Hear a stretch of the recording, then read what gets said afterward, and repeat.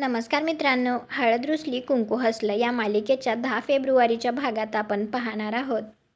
बाळजाबाई पूजाला भेटायला आलेली असते आणि ते तिला म्हणत असते, तुझ्या आत्महत्येचा प्लॅन करायचा म्या तुला सुचवलं.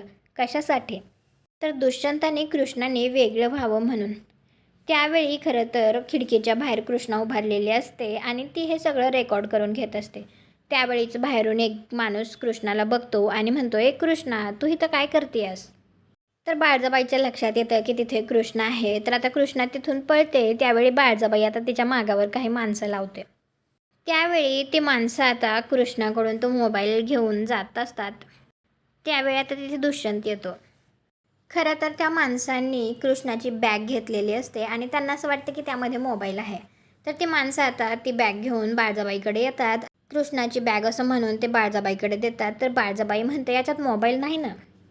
नालायकानं, हुडका तो मोबाईल, त्या कृष्णाकडेच असेल. त्यावेळी ते माणसं सांगतात, दुष्यंत सरकार तिला घेऊन गेले आणि तो मोबाईल तिच्याकडेच असणार. तर आता बाळजाबाई मनामध्ये विचार करत असते. त्या मोबाईलमधला व्हिडिओ दुष्यंतला दाखवला तर यामुळे आता बाळजाबाई खूपच घाबरलेली असते. तर तुम्हाला हा भाग कसा वाटला ते कॉमेंट करून नक्की सांगा. व्हिडिओला लाईक करा. आपल्या मराठी मालिका चॅनलला सबस्क्राईब करा. भेटू पुढील भागात.